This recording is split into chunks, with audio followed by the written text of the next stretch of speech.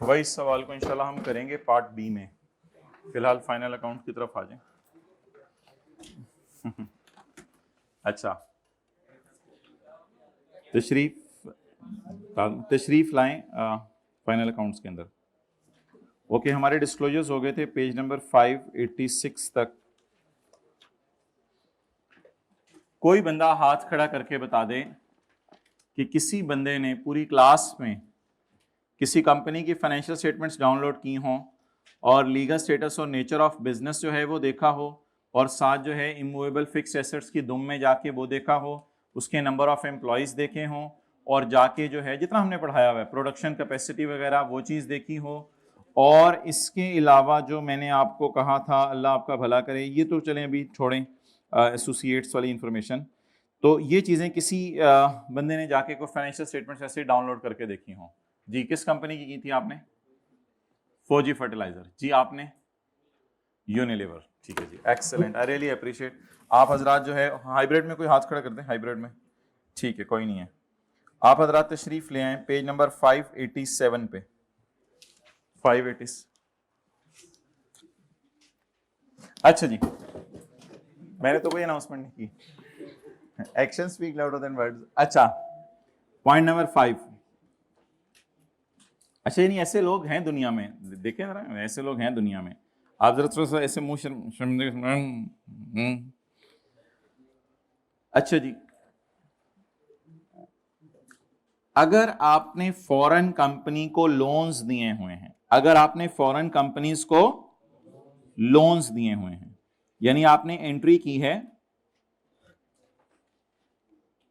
Loan receivable from, बोलें बोलें बोलें, फॉरेन कंपनी डेबिट और कैश क्रेडिट, या आपने एंट्री की है investment in foreign company debit और कैश क्रेडिट, चाहे वो सब्सिडरी बनी है, एसोसिएट बनी है, चाहे आपने 2-3% शेयर खरीदे हैं, उससे कोई फर्क नहीं पड़ता। बस ये तो फाइनल अकाउंट्स का टॉपिक चल रहा है, ये तो कंपनी लॉ के डिस्क्लोजर है। अगर आपने ये 2 एंट्रीज कर दी हैं अपनी किताबों में और आपके टीचर ने ये एंट्रीज करवा दी हैं, तो फिर कंपनी लॉ ने आपको पकड़ लिया है और उसने कहा कि मोटी मोटी चीजें बता दो कि ये कहां पे आपने इन्वेस्टमेंट्स कर दी हैं, पाकिस्तान का पैसा किधर जा रहा है। एंट्रीज तो नोट करें ना।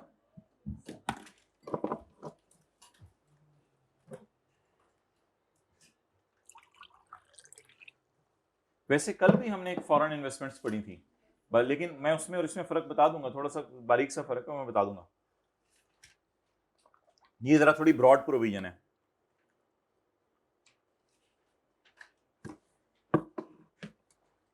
हाइब्रिड में कोई आके चेक करे, तीसरी रो वालों ने एंट्री लिख ली है? अच्छा, लिख ली है, शुक्रिया। दिखाएं जरा किताब ऐसे करके। नहीं लिखी? बंदा भेजना पड़ेगा चेक करने के लिए। अच्छा जी, चलें जी।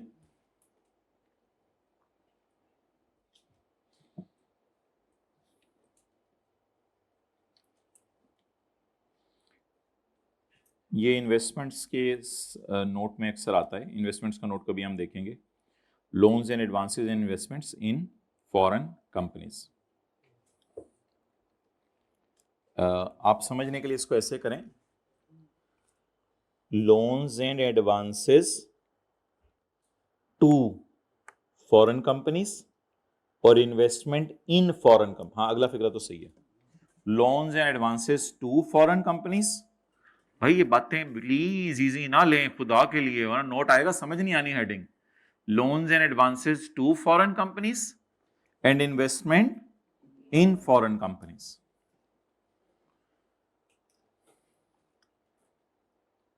अच्छा, आप अगर दोस्त को पैसे देते हैं तो वो इंफॉर्मेशन जो अब्बू आपसे पूछते हैं वही इंफॉर्मेशन ये भी पूछ रहा है, क्या कि किसको उधार दिया है, वो किस मुल्क में रहता है, उसका ज़रा नाम बताओ एंड एड्रेस बताओ, और कितना उधार दिया है, कितने अरसे के लिए उधार दिया है, और उस पर कितना इंटरेस्ट मिलना है या डिविडेंड मिलना है, और अगर कोई लिटिगेशंस उसके खिलाफ हुई हुई है बाहर के मुल्क में, यानी वो डाउटफुल है, वो बदनाम है, उस अगर वो बदनाम है बाहर के मुल्क में तो इसके बारे में बताओ। और आपका कितना लोन लेके भागा है ये बताओ, और अगर आपने उन इन्वेस्टमेंट्स को बेच दिया तो आपको कितना गेन लॉस आया। सिंपल सी बातें जो वाले साहब पूछते हैं, आप किसी को उधार दे के आए कि बेटा किसको उधार दिया है, वो किस मुल्क में था, कितना उधार दिया है, अमाउंट ऑफ लोन क्या है, कितने अरसे के लिए उधार दिया है, उसके बदले आपको क्या मिलेगा, आपने उसके खिलाफ कोई केस मोहल्ले वालों ने किए में है या नहीं, और आपका कितना उधार लेके वो भागा है ये भी बताओ, और अगर आपने इन्वेस्टमेंट से जान छुड़ा लिया तो बताओ आपको गेन आया है या लॉस आया। तो बस ये आसान से डिस्क्लोजर है, पढ़ लें जी। In case where our company has given loans or advances or has made investment, may be short term, may be, बड़े इंपॉर्टेंट होते हैं ये अल्फाज, may be short term, may be long term, in foreign companies or undertakings, following disclosures are required to be made. Name of the company along with the jurisdiction where it is located. Name and address of owner of investee company, यानी उनके owner, main जो मालिकान है, directors वगैरह, वो कौन है, उस company को चला कौन रहा है। तो पहले नेम ऑफ कंपनी बताने और फिर name and address of owner of investee company बताने, जिस कंपनी में आपने इन्वेस्ट किया उनके ओनर्स के नाम क्या है। नेक्स्ट, हाँ वही जो जो नहीं, इसमें अभी मैं नोट दिखाता हूं आपको, फिर अंदाजा हो जाएगा। अमाउंट ऑफ लोन और investment both in local and, अच्छा अगर आपने $6,000 उसको लोन दिया तो $6,000 का लफ्ज भी लिखो और पाक रुपीज में कन्वर्ट करके भी लिखो कि कितने रुपीज का लोन दिया हुआ। Terms and conditions and period for which loans और investments has been made, amount of return receive, तो लोन होगा तो आपको इंटरेस्ट रिसीव होगा और इन्वेस्टमेंट होगी तो आपको डिविडेंड रिसीव होगा। Details of all litigations against the investee company in the foreign इलाका, फॉरेन इलाके में उसके खिलाफ क्या केस हुए हैं, any defaults relating to foreign loans or investments,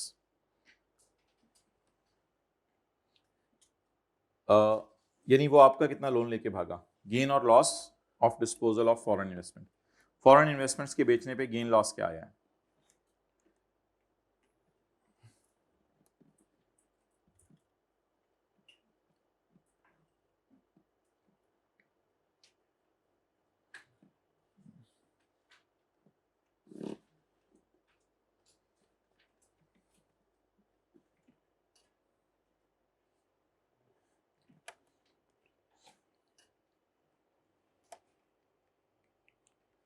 page 622 note number 27 निकालें जी। बना बनाया नोट, ये नोट कैसे बनता है,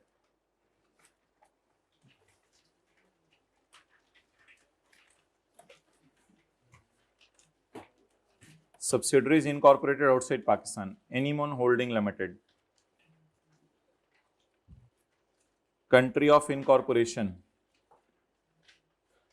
नेम ऑफ कंपनी, तरतीब से चलते हैं ना, नेम ऑफ कंपनी ये हो गया, नेम ऑफ कंपनी और अंडरटेकिंग अलॉन्ग विद द इलाका वेयर इट इज लोकेटेड, इलाका Republic of Mauritius, name of beneficial owner of investee company if any. तो ये आमतौर पे कोई एक ओनर हो तो बता देते हैं, वरना कोई शेयर होल्डर्स की पूरी लिस्ट नहीं आती, इसलिए इसको भी उसने ज़्यादा लिफ्ट नहीं कराई इधर। अमाउंट ऑफ लोन और इन्वेस्टमेंट, कंपनी शेयर होल्डिंग यानी हमने डायरेक्ट उसके शेयर खरीदे में 100%। Amount of investment, amount of investment both in local and foreign currency, foreign currency and local currency. Terms and conditions, terms and conditions unconditional, यानी कोई condition नहीं है, बस हमने उसके शेयर्स खरीदे हुए हैं। अमाउंट ऑफ रिटर्न रिसीव्ड, ये फिर हो सकता है कहीं डिविडेंड और नजर आ रहा हो फाइनेंशियल स्टेटमेंट में, इसलिए इसने नहीं बताया यहाँ, वरना ये भी आना चाहिए था। Amount of return received, details of litigations against the investee company, litigations against the investee कोई नहीं है, बाहर के मुल्क में किसी ने केस नहीं किया हुआ इसके खिलाफ। हमारा कितना लोन लेके भागा है, हमारा फिलहाल ये कोई लोन लेके नहीं भागा, बेची नहीं होंगी इसलिए गेन और लॉस उसने बताया नहीं। Name of company, jurisdiction where it is located, amount of investment ये डायरेक्ट इन्वेस्टमेंट नहीं है, ये डायरेक्ट इन्वेस्टमेंट नहीं है, ये इन्वेस्टमेंट हमने एनीमोन के जरिए इसमें की हुई है, तो इसलिए फिर हमने इसमें इन्वेस्टमेंट की नहीं हुई। तो आगे चलें, आखिरी श्रीलंका डायरेक्ट इन्वेस्टमेंट, ये तो गलत है ना, यहाँ रुपीज इन मिलियन में नहीं होना चाहिए था भाई, इसको मे बी डॉलर या जो भी है हो। हाँ, श्रीलंका की करेंसी रुपीज है, ठीक है, ओके, श्रीलंका की करेंसी भी इसी तरह होगी, रुपीज में लिखते होंगे वो, शायद ये वजह हो। और बस 30। तो ये कौन सी इन्वेस्टमेंट्स हैं बताएं? फॉरेन इन्वेस्टमेंट्स और फॉरेन लोन्स। इंशाल्लाह इसके ऊपर और भी बात होती रहेगी। अगले सफ़े पे आ जाएं, पेज 588। अच्छा हाँ, ये बात, the information to VIII is not required in 5th schedule. 5th schedule में ये सब कुछ नहीं चाहिए, तो सिर्फ बता दें किस कंपनी में इन्वेस्टमेंट की हुई है और किस मुल्क में है। फॉरेन ट्रेड डेट्स बता दें किस स्टैंडर्ड में पढ़े थे? फॉरेन ट्रेड डेट्स IS 21 में क्या एंट्री करते थे फॉरेन ट्रेड डेट्स की? फॉरेन डेटर हाइब्रिड में लेटे हुए डेबिट और सेल क्रेडिट। अगर कभी कोई कंपनी ने एक्सपोर्ट सेल कर दिया, IS 21 में तो एक्सपोर्ट सेल ही होती थी, और क्या होता था? अगर किसी कंपनी ने एक्सपोर्ट सेल कर दिया तो following disclosures are required to be made in respect of outstanding trade debt. ये कौन से ट्रेड डेट है आउटस्टैंडिंग से मुराद? Carry down trade debts. Name of company in case of related party, in name of company और undertaking in case of related party. अगर वो related party है तो आप उसका नेम बता दें अंडरटेकिंग वगैरह का, and name of defaulting party, अगर वो आपका लोन लेके भागी है तो आप उसका नेम बता दें डिफॉल्टिंग पार्टी का, और ये भी बता दें कि अगर आपका उससे कोई रिलेशन है क्या है और कितने पैसे लेके भागी हैं। In case where company has made export sale, following disclosures are required to be made in respect of outstanding trade debt. Name of company in case of related party. अगर अनजान डेटर है तो उसका नाम नहीं बताना। पूरा कंपनी लॉ ना जानने वालों के साथ जो डील्स है उनको जरा ज्यादा क्रिटिकल लेके चलता है, क्योंकि उसमें रिस्क इन्वॉल्व होता है, तो इस वजह से वो ज्यादा डिस्क्लोजर्स जानने वालों के मांगता है। डेटर्स में अभी हमने 1-2 दिन पहले पास पेपर क्वेश्चन 2 में डिस्क्लोजर बनाया था कि सब्सिडरी को चीजें बेची हुई हैं, एसोसिएट को चीजें बेची हैं, और अदर्स डाल दिए थे डेटर्स, बाकी डेटर्स के नाम नहीं दिए थे। तो इधर भी लिखें, अगर अनजान डेटर्स को चीजें बेची हैं तो उनका नाम बताना है। सॉरी, जानने वालों को, अगर जानने वालों को बेची हैं तो उनका नाम बताना है। Name of company in case of related party. Related party की डेफिनेशन बहुत लंबी है, वो कंपनी लॉ में किसी दिन जाके देख लीजिएगा, वो तो रिलेटेड पार्टी में पता नहीं कौन कौन आ जाता है। अगर जानने वाले को बाहर के मुल्क में चीजें बेची हैं तो उनका नाम बताना है।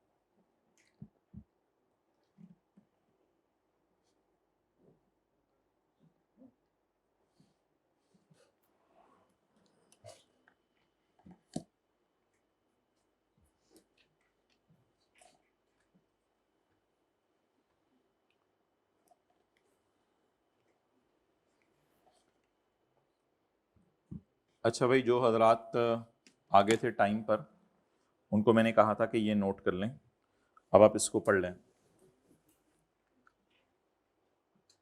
जो कंपनीज ये क्लेम करती हैं कि हम शरिया कंप्लाइंट हैं और हम शरिया के सारे रूल्स फॉलो कर रही हैं, वो अपनी बैलेंस शीट में बताएं, वो बताएं कि कितना लोन लिया है, उस पर कितना मार्कअप पे किया। आमतौर पे शरिया कंप्लाइंट कंपनीज कन्वेंशनल लोन लेती नहीं, लेकिन अगर कभी ले लिए तो फिर बताएं कितना लोन लिया है, कितना मार्कअप पे किया है। और ये तो आमतौर पे इस्लामिक लोन्स होते हैं जो 1 और VII में कवर हो रहे हैं। अगर आपने कभी कन्वेंशनल लोन जिंदगी में लिया है तो उस पे भी बता दें मार्कअप या इंटरेस्ट कितना पे किया है। तो शरिया का भाई, ये तस्वीर खींचना, आप नोट ना करो प्लीज। शरिया कंप्लाइंट कंपनीज ने कितनी चीजें बतानी है? 3। नंबर 1, इस्लामिक लोन कितना लिया है, उस पे मार्कअप कितना पे किया है, और कन्वेंशनल लोन के ऊपर मार्कअप कितना पे किया है। इसके बाद शरिया कंप्लाइंट कंपनी ने बताना है कि मेरे बैंक डिपॉजिट्स कितने हैं और उनके ऊपर मैंने प्रॉफिट कितना कमाया, ये भी इस्लामिक रूल्स के मुताबिक, बैंक डिपॉजिट कितने हैं और उन पे प्रॉफिट कितना कमाया, बाकी की तफसील है तो ऊपर देखते हैं जाके। और इसके अलावा शरिया कंप्लाइंट कंपनी बताए कि मैंने जो रेवेन्यू कमाया है किस किस बिजनेस सेगमेंट से कमाया है, IFRS 8 टाइप थोड़ा सा ब्रेकअप दे दें, और अगर मेरी कोई इन्वेस्टमेंट्स थी इस साल मैंने बेची हैं उन पे कितना गेन आया है, और मेरी जो एक्चुअल करेंसी मेरे पास पड़ी हुई है उन पे अगर कोई गेन लॉस आ रहा है तो वो भी बता दें। बस ये अब ऐसे अजीब सा रट्टा प्रोग्राम है तो यही याद कर लें इसको। इस्लामिक बैंक से कितना लोन लिया और उसको कितना मार्कअप दिया, और कन्वेंशनल लोन पे कितना इंटरेस्ट दिया। कन्वेंशनल लोन की अमाउंट बैलेंस शीट में नजर आ रही है इसलिए उसने शो नहीं की, वैसे तो इस्लामिक लोन भी बैलेंस शीट में नजर आ रहा होता है, लेकिन ये डिस्क्लोजर देने हैं। बैंक में कितने पैसे रखवाए हैं और उस पर कितना, अच्छा ये देख लें, ये सॉर्ट ऑफ लाइबिलिटी साइड है और ये इन्वेस्टमेंट साइड है, इस तरह याद रख लीजिएगा, ऐसे ही लग रहा है ना, लोन ऑब्टेन्ड, बैंक डिपॉजिट, तो वो ये लाइबिलिटी और एसेट साइड है। और तीन चीजें ऐसी थी जो अलग से थी तो उनको मैंने ऐसे साइड पर उठा के डाल दिया। किस किस सेगमेंट से कितना कितना रेवेन्यू कमाया, बिल्कुल अलग बात, कोई इन्वेस्टमेंट की नहीं है उन पे कितना गेन आया, और एक्चुअल करेंसी पे कितना गेन आया। चलें जी, आज की क्लास में अल्हम्दुलिल्लाह मोटी मोटी बातें ख़त्म है। अब हमने सिर्फ शेयर कैपिटल का जो है वो नोट पढ़ना है आज, क्योंकि वो ऑलरेडी हमने क्लास में कर लिया हुआ है। पहले मुझे ज़रा लिंक करवा दें 1VII और IX, 1VII और IX, पढ़ें जी। 1, loan obtained as per Islamic mode, loan obtained as per VII पढ़ें, मार्कअप पेड ऑन, यानी कि आपको इस तरह कर दिया कि याद करने में घर में आसानी हो, ताकि चीजों का लिंक डेवलप हो जाए। तो आप घर में पहले पॉइंट 1 याद कीजिएगा, फिर VII याद कीजिएगा। और इसी तरह एक और लोन है लेकिन वो कन्वेंशनल है, उसकी अंग्रेजी याद करें, प्रॉफिट और इंटरेस्ट पेड ऑन एनी। तो ये तीनों चीजें अल्हम्दुलिल्लाह आपस में इंटरलिंक्ड है, ये तीन हमें याद हो गई। आगे चलें, 2 और 3, शरिया कंप्लाइंट बैंक डिपॉजिट, उधर लफ्ज लिखते हैं इस्लामिक मोड, नीचे लफ्ज लिखते हैं शरिया कंप्लाइंट, एक ही मतलब है। Sharia compliant bank deposits and profit earn from Shariah compliant, ये भी एक ही गो में याद कर लीजिएगा। इसके बाद आपकी 4 चीजें रह जाएंगी, जिसमें से 3 मैंने यहां लिख दी हैं, चौथी कोई नहीं होगी। ये 4 चीजें अलग से हैं, इनका आपस में कोई लिंक नहीं है। Revenue earn from Shariah compliant business segment, शरिया कंप्लाइंट बिजनेस सेगमेंट से कितना कितना रेवेन्यू आपने कमाया। गेन और लॉस और dividend earn from Shariah compliant investments, शरिया कंप्लाइंट इन्वेस्टमेंट से कितना गेन लॉस आपने कमाया। Exchange gain earn from actual currency and relationship with शरिया कंप्लाइंट बैंक, शरिया कंप्लाइंट बैंक से आपका क्या, यानी कि मिजान बैंक के आपने कोई शेयर खरीदे हैं तो बता दें, शरिया कंप्लाइंट बैंक से आपका रिलेशन क्या है। बस ये तस्वीर खींच लें।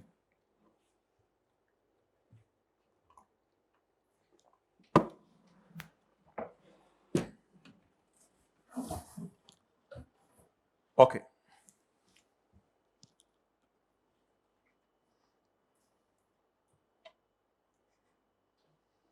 अगले सफे पे आए।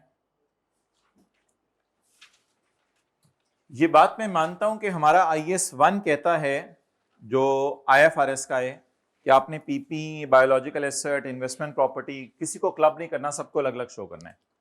हमारा कंपनी लॉ कहते हैं वो तो गाइडेंस आप लोगों को अवेलेबल है।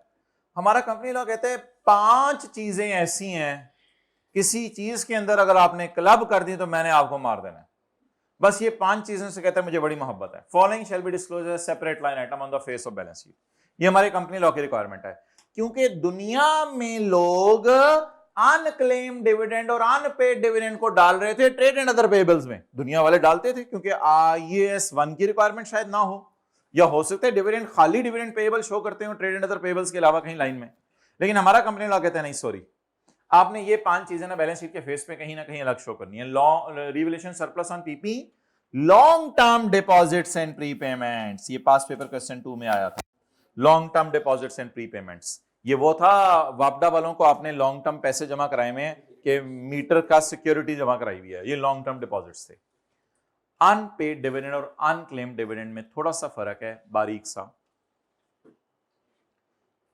2 जुलाई को डायरेक्टर्स ने डिविडेंड अनाउंस किया, ये नहीं हो सकता कि आप अनाउंसमेंट मिलते ही 2 जुलाई को डायरेक्टर्स को कहें मुझे डिविडेंड दें, फिर 2 जुलाई को पूरा एक सफा सा बनेगा किस किस का कितना डिविडेंड है, फिर उनके अकाउंट्स में ट्रांसफर करना, बैंक को बताना सब कुछ, या फिर किसी के बैंक अकाउंट नहीं है तो आके लेना। इस सारे में समझ लें कोई 4-5 दिन लग जाते हैं। तो डिविडेंड अनाउंस करने के बाद आप जाके फौरन ले नहीं सकते जब तक के बैंक की तरफ से क्लियर ना हो जाएं चीजें। कंपनी और बैंक बैठ के इतना अरसा डिविडेंड को कहते रहते हैं अनपेड, और जब डिविडेंड पे होना शुरू हो जाते हैं और कोई इक्का दुक्का बंदा रह जाता है जो लेने ही नहीं आया अभी तक, इस डिविडेंड का नाम फिर हम क्या रख देते हैं, अनक्लेम्ड। तो अगर डिविडेंड अनाउंस हो जाए, वैसे ही जरा अगर खुला हुआ है तो मैं आपको दिखा देता हूं। वैसे ही कल मैं एक जगह देख रहा था चैट जीपीटी पे डिफरेंस, ऐसे टाइम जाया करने की बात है। अनपेड डिविडेंड और unclaimed dividend, timing with in payment deadline, payment deadline के अंदर अंदर ही ये अनपेड डिविडेंड होता है। यानी कि 2 तारीख को आपको कहा है 10 तक आप आके ले जाएं, तो बीच में अगर बैंक क्लियर नहीं कर रहा तो कोई मसला नहीं, वो अनपेड है। लेकिन अनक्लेम्ड डिविडेंड होता है कि डेडलाइन भी गुजर गई है, लोग अभी तक लेने ही, reason payment process not yet completed, bank की कोई मसले मसाइल चल रहे हैं, इस वजह से डिविडेंड अभी तक अनपेड है। और अनक्लेम्ड डिविडेंड होता है शेयर होल्डर अभी तक लेने नहीं आया, शेयर होल्डर का मसला है, हमारी तरफ से कोई मसला नहीं है। Company is obliged to pay, liability remains unless remitted to third, वो कई मुल्कों के अंदर हुकूमत को जमा करा देते होंगे, ये छोड़ें। तो डिस्क्लोजर भी ये छोड़ें, ये तो हमारे लॉ के नहीं है, ऐसी कहीं से उठाया हुआ बात। तो बस ये छोटा सा फर्क है। अनपेड डिविडेंड क्या होता है, कंपनी ने अनाउंस कर दी है लेकिन कोई एक बंदा भी अभी आके ले नहीं सकता क्योंकि लीगल फॉर्मेलिटीज चल रही हैं बैंक वगैरह से अभी। और अनक्लेम्ड डिविडेंड क्या है, कंपनी ने अनाउंस भी कर दिया, लोग लेके जाने भी लगे हैं, लेकिन एका दुक्का शेयर होल्डर सुस्त हैं, अभी तक लेने नहीं आए, तो इसको अनक्लेम्ड कहते हैं। लेकिन ये फर्क तो हमारे सिलेबस में नहीं है, इसके ऊपर किसी ने भी बात करनी है क्लास के बाद आके कर ले। बस ट्रायल में दिया होगा अनपेड और अनक्लेम्ड डिविडेंड, उसको आपने क्या करना है, बस अलग शो करना है। अल्लाह का शुक्र है अनपेड, बहुत सी चीजें हमारे सिलेबस में नहीं है भाई, ये तो आई कैप का अल्लाह भला करे, वरना ये चीजें हमारे सिलेबस में डाल देता फिर तो बड़ा मुश्किल हो जाता। ये इधर लिखा होता related parties, know what is related party, तो पूरी बहस है अनपेड अनक्लेम्ड, ये कंपनी लॉ के अंदर सारी तफसीलें इन चीजों की, तो हमें उन चीजों में उसने डाला ही नहीं। चलें जी, इट्स ओवर। अब आज हम डिस्कशन करने लगे हैं शेयर कैपिटल, किसकी, शेयर कैपिटल। शेयर कैपिटल की डिस्कशन करने लगे हैं, इसका हम नोट ऑलरेडी बना चुके हैं। अल्लाह आपका भला करे। एक का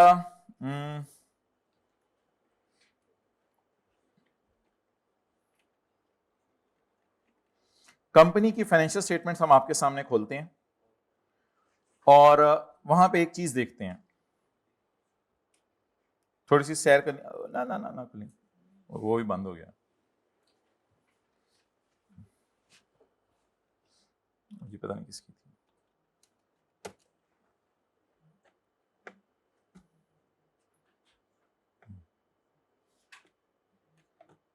यही खुली थी।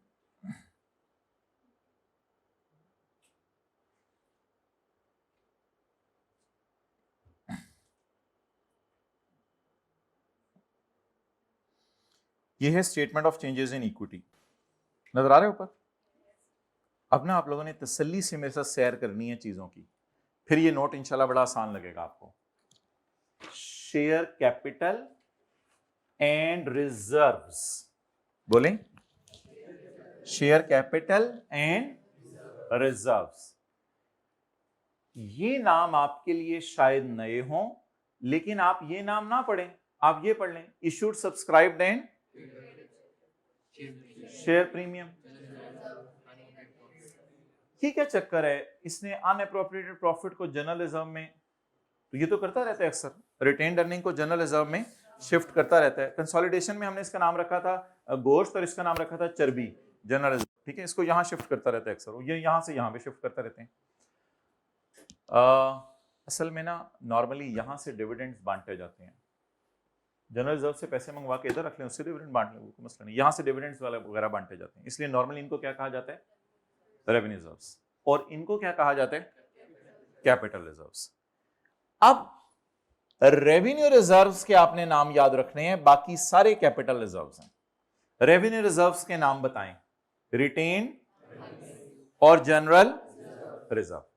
और इसके बाद ये जो शेयर प्रीमियम आ रहा है, ये शेयर प्रीमियम के अलावा यहां रिवैल्यूएशन सरप्लस भी है आपके सिलेबस में, वो भी इधर आया करेगा, अभी सारा लिखवाऊंगा आपको कुछ।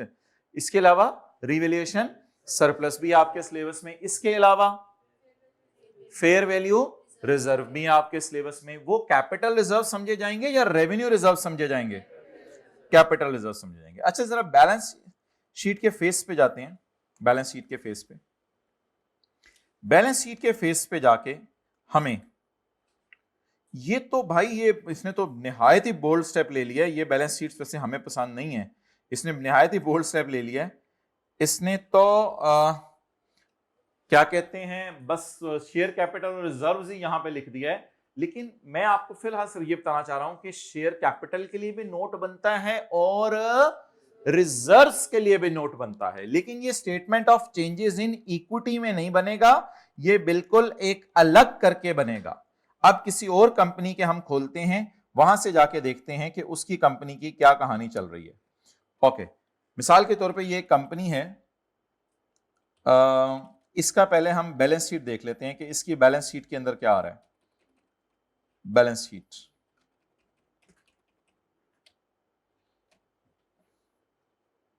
पिछले सफे पे होगी बैलेंस शीट। जी मोहतरम, बैलेंस शीट के अंदर आपके आ रहे हैं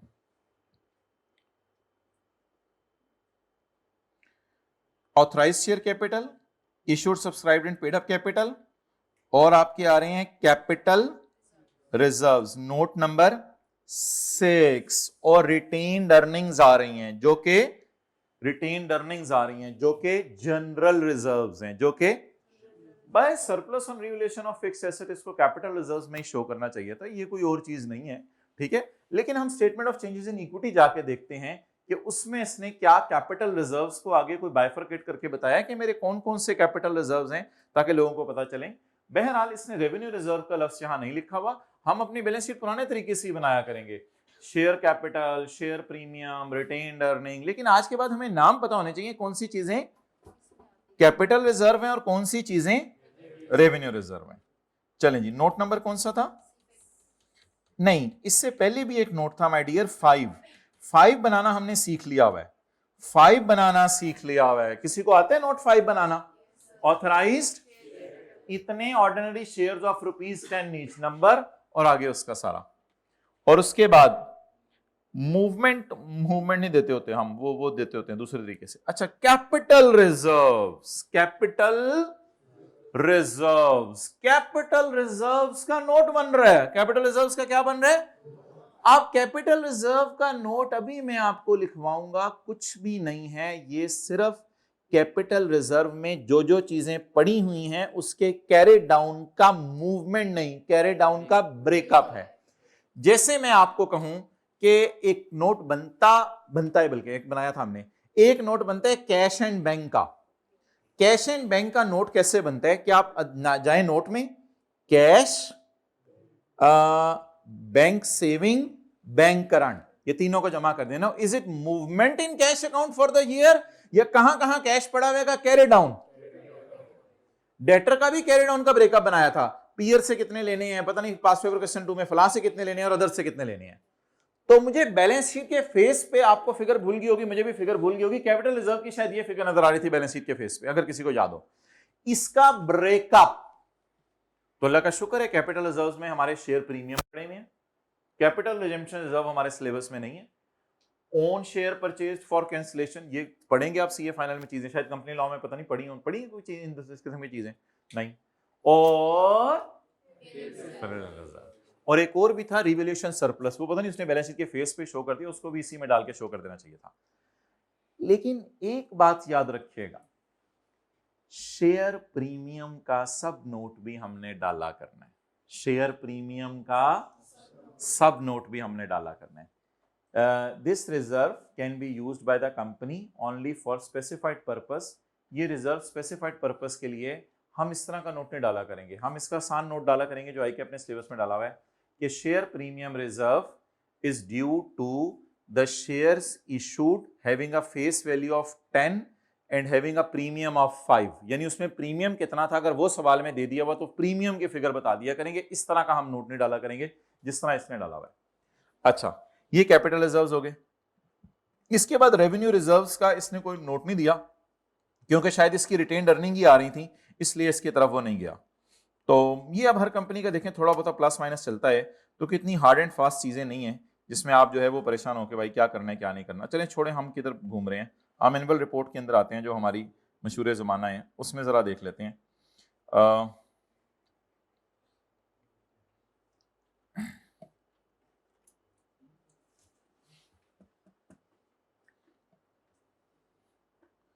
तो मेरे ख्याल से statement of change in equity में क्या जाना है ये तो छोड़ें, हमारी आज डिस्कशन शुरू होगी है नोट नंबर 5 और 6 जो किसका है, शेयर कैपिटल का। हद होगी, आज भी घर में पढ़ने के लिए कुछ नहीं है। छोटी सी शरिया कंप्लाइंट इन्वेस्टमेंट्स और फॉरेन इन्वेस्टमेंट्स की वो अंग्रेजियां याद करनी है, वो इन्होंने 10 मिनट में याद कर लेनी है। बच्चा बातें हमारे एंगल से पूछें, पता नहीं फाइनल अकाउंट शुरू करा दिया, सीनियर ने पहले ही कहा था ये फाइनल अकाउंट शुरू हो गया। कामता हुआ ऑथराइज शेयर कैपिटल, कामता हुआ issued subscribed and paid up capital, ये बैलेंस शीट में नजर आ रहा है, और खाली रिजर्व्स नजर आ रहे हैं। और रिटेन्ड, रिटेन्ड अर्निंग तो कौन सी होती हैं, जनरल रिजर्व्स, वो रेवेन्यू रिजर्व्स। और रिजर्व्स कौन से होंगे पता नहीं, अब मुझे नहीं पता अब ये कैपिटल है क्या है। नोट नंबर 5 तो वो मशहूर जमाना नोट है ना जो हमने बनाना सीखा हुआ है, पास पेपर क्वेश्चन 2 के अंदर भी बनाया था। नोट नंबर 7 और नोट नंबर 6 रिजर्व। अब ये 600, ये जो आपके रिजर्व नजर आ रहे हैं, नहीं नोट नंबर 7 तो ये कोई कन्वर्टेबल स्टॉक है, ये पता नहीं कौन सा नोट है, ये तो फारक करें। बस ये 5 हमारा नोट है और रिटेन्ड अर्निंग का नोट नहीं आ रहा। ये रिटेन्ड अर्निंग कौन सी चीज है, जनरल रिजर्व्स, ये रेवेन्यू रिजर्व्स। जनरल रिजर्व्स और रिटेन्ड अर्निंग रेवेन्यू रिजर्व्स में चले जाते हैं। ये रिजर्व्स अब कौन से हैं ये नोट नंबर 6 में पता चल सकता है, बाकी नहीं पता। ये 49 मिलियन कंपनी का क्या है, लेकिन कंपनी ने जो जान मार के दिन रात कमाया वो 2.3 मिलियन है। जान मारे बगैर कमाया 49, पता नहीं ये क्या है, तो डर ही लग गया। नोट नंबर 6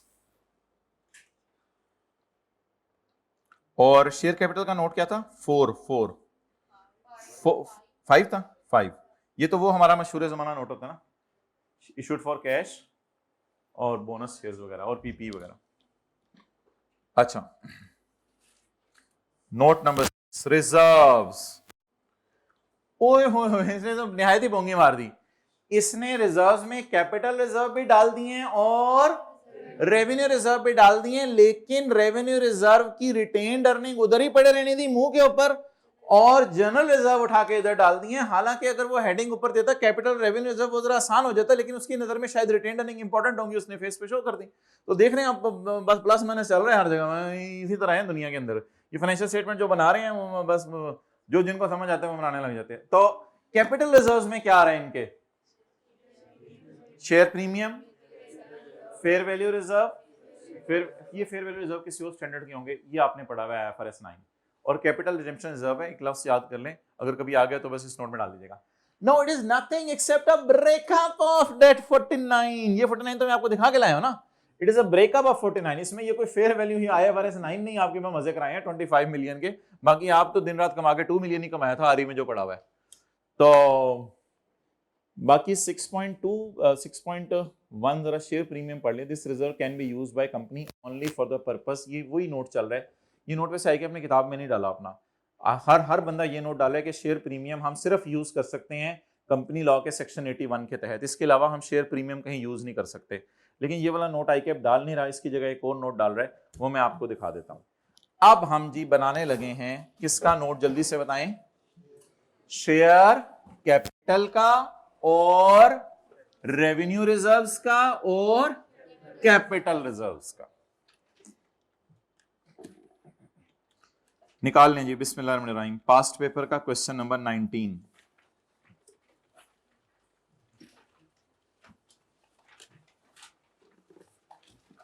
पास्ट पेपर का क्वेश्चन नंबर 19।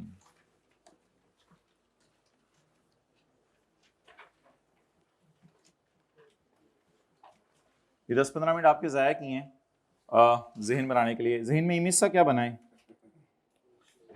पास ओवर क्वेश्चन 19 पे ही बना लेते हैं ना ये इमेज सा, पेज नंबर 695। अक्सर कंपनीज क्या कर रही हैं, जो सबसे पहली कंपनी हमने देखी थी वो सबसे जबरदस्त थी, उसमें किसी को याद होगा, इधर लिखा हुआ था शेयर कैपिटल, इधर लिखा हुआ था कैपिटल रिजर्व्स, और इधर लिखा हुआ था रेवेन्यू रिजर्व्स।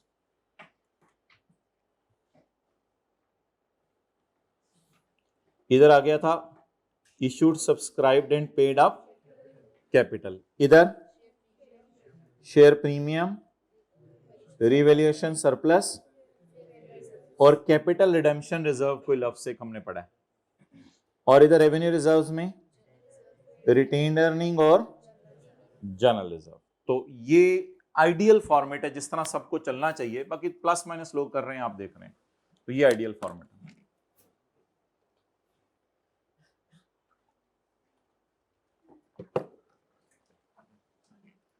अब हमने इसको स्टेटमेंट ऑफ चेंज इक्विटी में नहीं बनाना, हमने इनके क्या बनाने हैं, नोट। हमने इनके क्या बनाने हैं, नोट। इसका कौन सा नोट बन जाएगा, नोट नंबर 5। इसका नोट नंबर 6। क्या होगा उसमें, बस तीनों को लिख के, तीनों के नाम लिख के उनकी अमाउंटें लिख देंगे, ईयर एंड वाली कैरी डाउन, बस नोट बन गया। नोट नंबर 7 में क्या होगा, जल्दी बताएं, नोट नंबर 7 में क्या होगा, ब्रेकअप। ब्रेकअप बस जनरल। यार ये वैसे फारग नोट है कि स्टेटमेंट चेंज इक्विटी से सारा डेटा अवेलेबल होता है, पता नहीं क्यों कंपनी लॉ को शौक चढ़ा हुआ है। स्टेटमेंट ऑफ चेंज इक्विटी के अंदर नोट नंबर 5 तो वो ना शेयर कैपिटल का मशहूर जमाना, वो cash, bonus, other than cash, जी बोले, ये वो वाला, ये तो वो मशहूर जमाना नोट है ना, अदर देन कैश। ब्रेकअप किसका, कैरी डाउन का। ब्रेकअप किसका, carry down.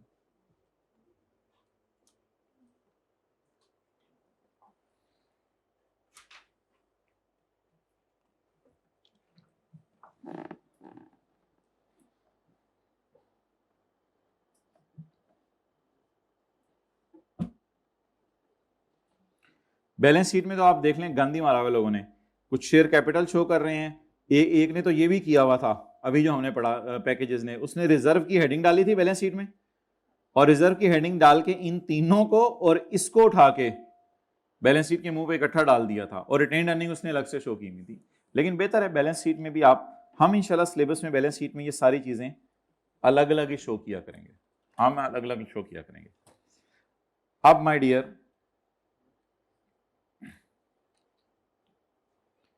you are working as an accountant in Spark Limited, a listed company.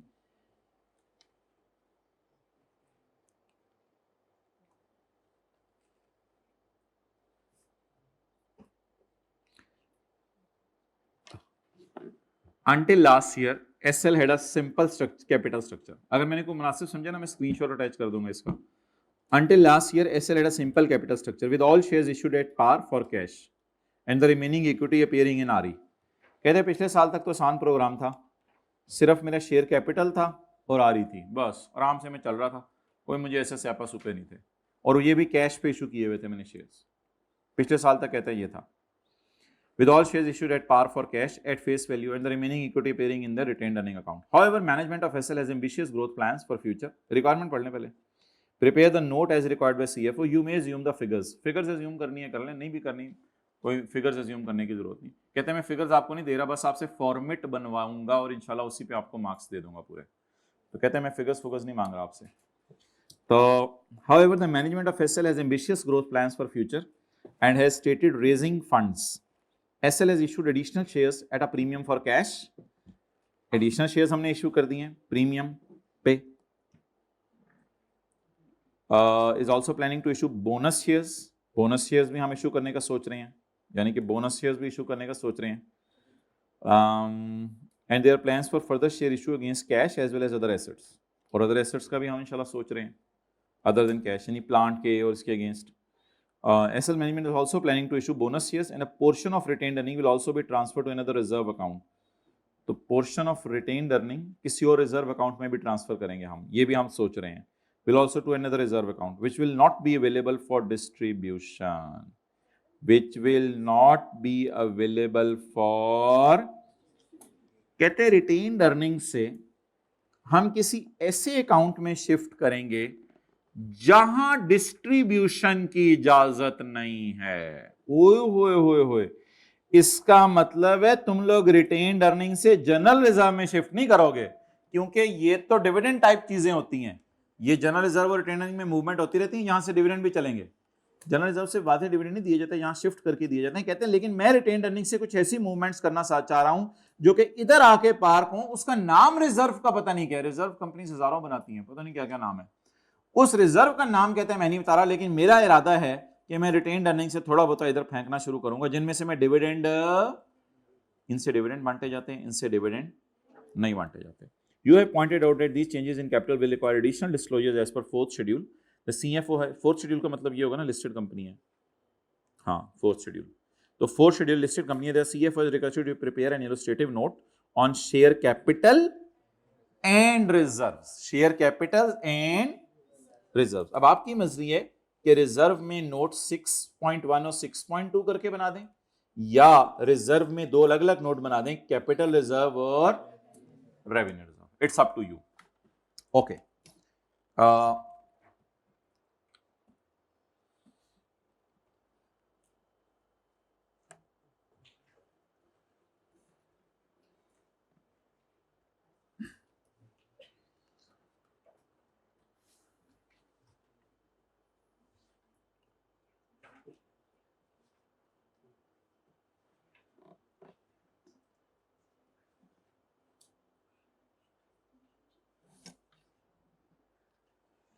Ji Bismillah.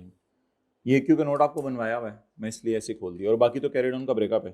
Spark limited notes to the financial statement for the year ended 30 June 2024. पहला note share capital, इसमें आपको याद होगा ऑथो issue subscribe and 10 each fully paid in for consideration issued as bonus shares. और इधर number of और rupees in million. Done. और ये इनका टोटल भी उसने याद से किया कि टोटल भी कर देना, ये ना हो कि टोटल भूल जाओ आप. तो यू मे नेसेसरी फिगर्स भी ज्यूम कर सकते थे अगर आपने चाहिए. ये 10 रुपए ज्यूम किए हैं मेरे ख्याल से, ये 10 रुपए तो सवाल में नहीं थे. हाँ, ये 10 रुपए इसने ज्यूम किए हैं. तो चीजें ज्यूम करनी है, करो, मुझे कोई मसला नहीं. अच्छा, और ये भी इसने ज्यूम किया है प्लांट एंड मशीनरी, क्योंकि उधर उसने अदर एसेट्स लिखा हुआ था. तो प्लांट एंड मशीनरी, ये तो वही नोट की दुमे है ना, याद है, all shares rank equally and ये सारा, ये दो दुमे आपको करवाई हुई हैं. तो ये बन गया. हमने वैसे इसको 4.1 में डाला था, इसको 4.2 में डाला था, और इसको 4.3 और 4 में डाला था. इससे कोई फर्क नहीं पड़ता इन चीजों से. अब हमारे दो नोट हैं जो बिल्कुल आसान है, जो टी काउंट्स के कैरी डाउन है. एक नोट का नाम बोलें कैपिटल रिजर्व, एक का नाम कैपिटल रिजर्व, और एक नोट का नाम रेवेन्यू रिजर्व. में आपको पता है दो नॉर्मल सी चीजें आती हैं हमारी, जनरल रिजर्व्स और रिटेन्ड अर्निंग्स. और ये कौन से वाले होते हैं बोले, कैरी डाउन, जो कहां नजर आ रहे होते हैं, बैलेंस शीट में. बैलेंस शीट में. अच्छा, कैपिटल रिजर्व्स में उसने ये तो बताया है कि मैंने शेयर प्रीमियम पे इशू किए हैं, लेकिन उसने एक लाइन लिखी है कि मैनेजमेंट का ख्याल है कि मैं बोनस शेयर भी इशू करूंगी और थोड़ी सी रिटेन्ड अर्निंग किसी ऐसे रिजर्व अकाउंट में शिफ्ट करूंगी जिनसे मैंने डिविडेंड, यानी कि इस कैरी डाउन तक पहुंचते हुए कोई और रिजर्व अकाउंट बनेगा जिससे मैंने dividend. This reserve is created out of profits and is restricted for distribution. इससे मैंने डिविडेंड नहीं बांटना. ये लाइन लिखा है, बेहतर है नहीं भी लिखेंगे कोई इतना मसला नहीं. और शेयर प्रीमियम की अमाउंट तो हमें पता नहीं है, तो this represents premium of rupees इतने पर शेयर. प्रीमियम पर शेयर, यानी कि अगर प्रीमियम में 2 रुपए ले लूं पर share received on public ordinary shares of rupees 10 each in 2024 4, यानी 12 रुपए पे शेयर इशू किए हैं, 2 रुपए इसमें क्या पड़ा हुआ है, प्रीमियम। तो यहां प्रीमियम की अमाउंट बता देंगे, इससे ज्यादा आपके सिलेबस में नहीं है। तो ये बन गया नोट 5.1 और ये बन गया नोट 5.2। पहले तो इसको किताब के फेस से याद करना होता था, लेकिन अब आईकैप का एक सोल्यूशन भी आ गया है, तो बेहतर है इसको भी यहीं से याद कर लीजिएगा, ये 1-2 लाइनें याद करनी होती हैं। शेयर प्रीमियम में क्या बताना है, जल्दी बताएं। 2 रुपए प्रीमियम है, 3 रुपए प्रीमियम है, या 4 रुपए प्रीमियम है। और अगर सवाल कह दे कि फलाने रिजर्व में से डिविडेंड नहीं बांटा जा सकता, तो वो रिजर्व शो करें और शो करके यहां पे ले आए।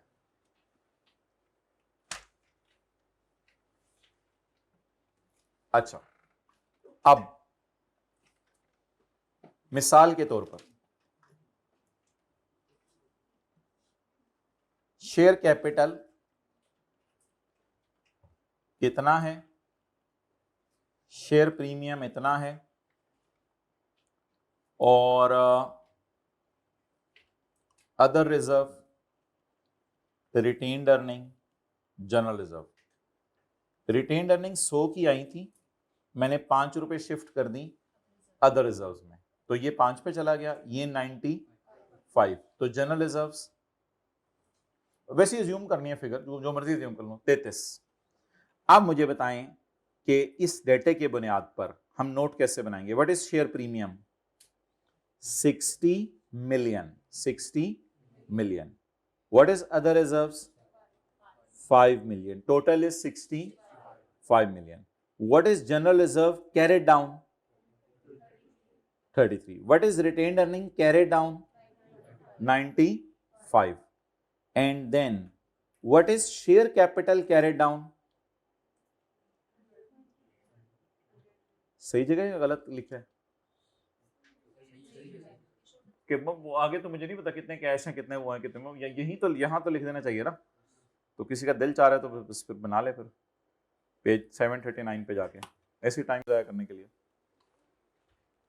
ये मैंने कहां से उठाई हैं फिगरें, नहीं मैंने बैलेंस शीट से उठाई हैं। ये मैंने कंपनी की कहां से उठाई हैं, बैलेंस शीट। अच्छा, वही फिगरें जो बैलेंस शीट में जाती हैं वही नोट में डालनी होती हैं, ये बैलेंस शीट से उठाई हैं। तो बिस्मिल्लाह पढ़ के करें, 1-2 मिनट लगाएं।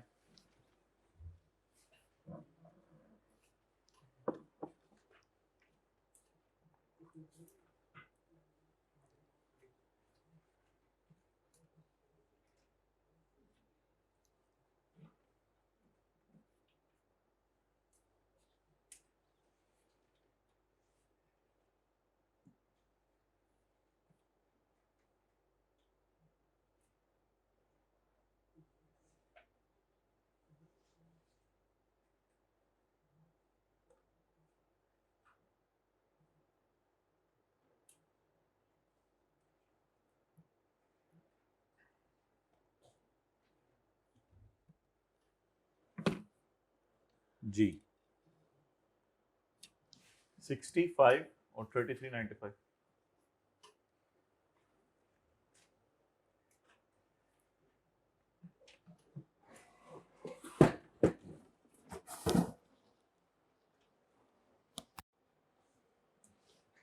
और 100।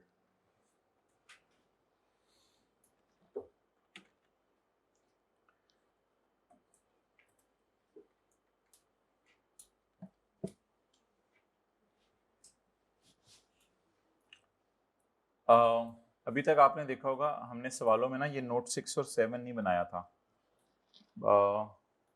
अगर आप बनाना चाहें ना तो बना भी सकते हैं, कोई मसला नहीं। असल उसमें कोई एक ही चीज़ आ रही होती है, कोई शेयर प्रीमियम आ रहा होता है, रिटेन्ड अर्निंग आ रही होती हैं। बनाना चाहें तो आज से ऑनवर्ड्स आप बना सकते हैं, कोई मसला नहीं। असल में वो शेयर कैपिटल रिजर्व में ज़्यादा चीज़ें होती नहीं। कैपिटल रिजर्व में एक ही चीज़ होती है, शेयर प्रीमियम, और जनरल रिजर्व में भी ज़्यादा चीज़ें नहीं होती। लेकिन अगर शेयर प्रीमियम का बनाना चाहें तो आप बना सकते हैं, कोई ऐसी परेशानी वाली बात नहीं। आगे सवाल आएगा ना, किसी दिन में याद करा दीजिएगा, वो भी बना देंगे। तो थोड़े बहुत आईकैप भी प्लस माइनस कर रहे हैं, थोड़े बहुत डिस्क्लोजर गायब कर देता है, कोई ऐसा मसला नहीं है, कोई इतनी परेशानी वाली बात नहीं है। मोटा मोटा हमें चीज़ का पता होना चाहिए कितनी परेशानी, साल से लोग आ रहे हैं, पास हो रहे हैं। अच्छा, अब इन सारों को देख लें डिस्क्लोजर्स को, ये डिस्क्लोजर हमें किसने हुक्म दिया है बनाने को, क्योंकि ये सारा पढ़ने के बाद ना ये आखिरी 2-3 लाइनें ज़रा पढ़नी ज़रूरी होती हैं। और क्लास के आखिरी 1-2 मिनट जरा याद कराइएगा, आपको रिकैप भी देना चीजों का। ये कहाँ है शेयर कैपिटल का disclosure?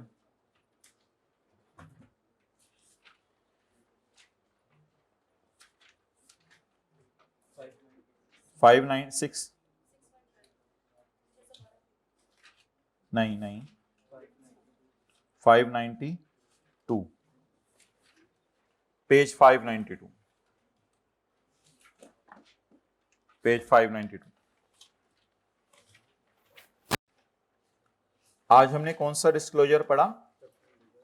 Capital reserve, share premium इसको छोड़ें, और रेवेन्यू, जनरल रिजर्व्स और अनएप्रोप्रिएटेड प्रॉफिट। ठीक है जी, ये लाइन आप बिल्कुल ना पढ़िएगा। ये बेशक आपको मैंने उधर भी कहा याद करने को कि मैंने 5 रुपए के प्रीमियम पे शेयर इशू किए हैं। ठीक है जी, तो ये नोट अगर कभी आपने डालना है डाल दीजिएगा पेपर में, शेयर प्रीमियम का हमेशा। Capital and revenue reserves shall be clearly distinguished. तो मेरे ख्याल से तो कुछ लोग आपने देखे बैलेंस शीट्स में ही डिस्टिंग्विश कर रहे हैं, कुछ लोग बैलेंस शीट में नीचे जाके नोट्स में डिस्टिंग्विश कर रहे हैं, बस जहां भी करने हैं कर दें, बस डिस्टिंग्विश अलग अलग बता दें। Any reserve required to be maintain under the company law shall also be separately disclose. अगर कंपनी लॉ ने कोई बनाने को कहा है रिजर्व, तो वो फिर कंपनी लॉ कई दफा कहती है कि एम्प्लॉइज के लिए पैसे अलग कर दो, फलां कर दो, ये कर दो, वो फिर आप अलग बनाएं और वो यूजर्स को दिखाएं।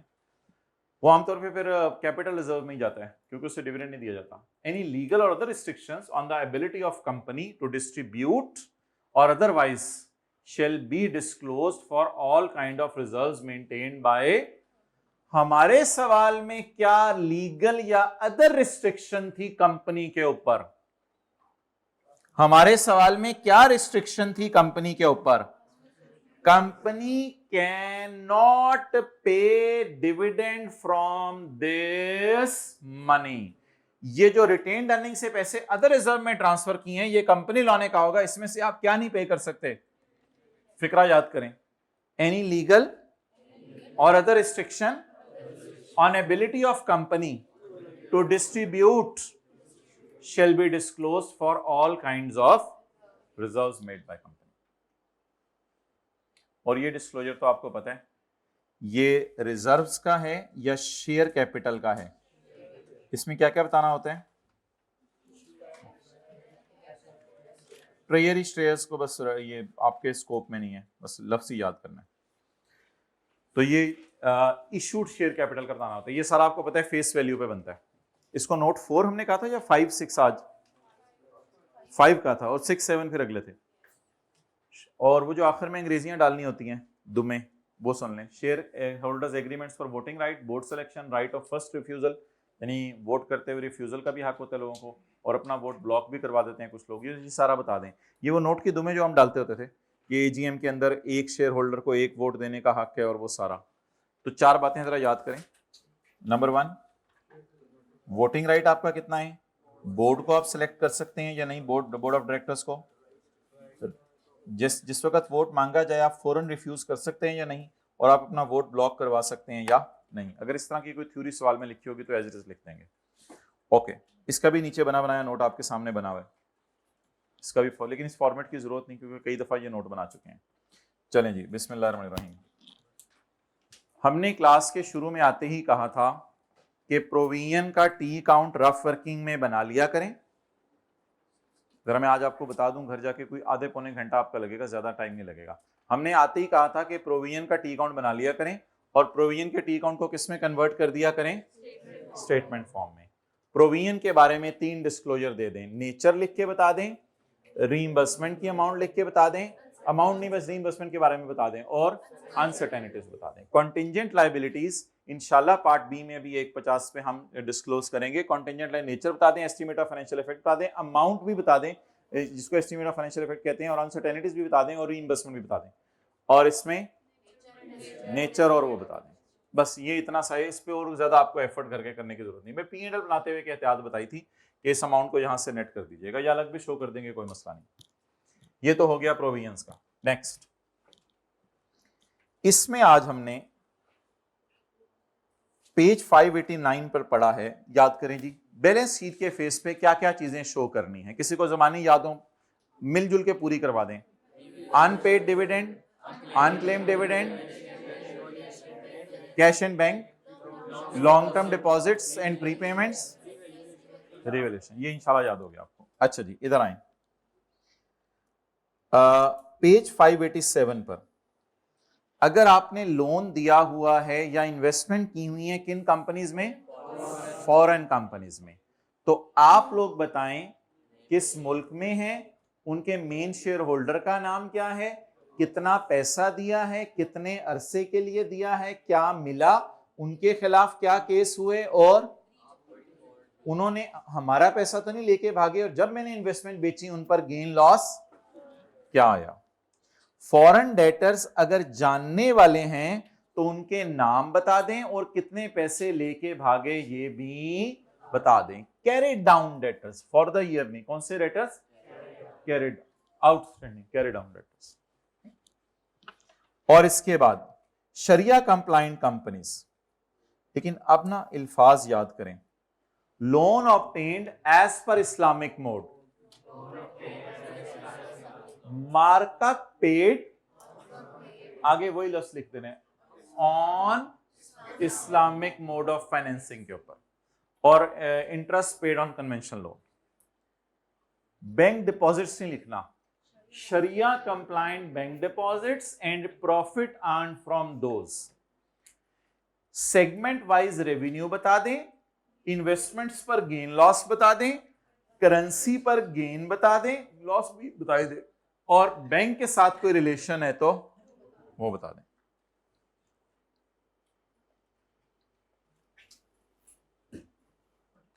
Page 592, capital and revenue reserves, capital reserves, share premium, revaluation surplus, fair value reserve, company law ने कोई बनाने को कहे में वो भी आ जाया करेंगे। Capital shall be distinguished separately. कोई भी रिजर्व कंपनी लॉ ने बनाने को कहा है या किसी रिजर्व में कोई रिस्ट्रिक्शन लगी हुई है वो भी अलग से डिस्क्लोज कर दें, उसका फॉर्मेट ये है। कैरी डाउन्स का ब्रेकअप देना होता है, और उसके बाद इशूड शेयर कैपिटल। तो आई होप सो इंशाल्लाह थोड़ी सी एफर्ट कीजिएगा, घंटे से ज्यादा नहीं लगेगा आपके घर में इंशाल्लाह। कल वाले डिस्क्लोजर को याद किए थे किसी ने, हाथ खड़ा करें। कल वाले डिस्क्लोजर साथ साथ करते रहे, आसान है चीजें इंशाल्लाह। जी वेल्डन हाइब्रिड में भी हाथ खड़ा हुआ है, अच्छी बात है, तब तक खड़ा रखा करें जब तक हम देख ना लें।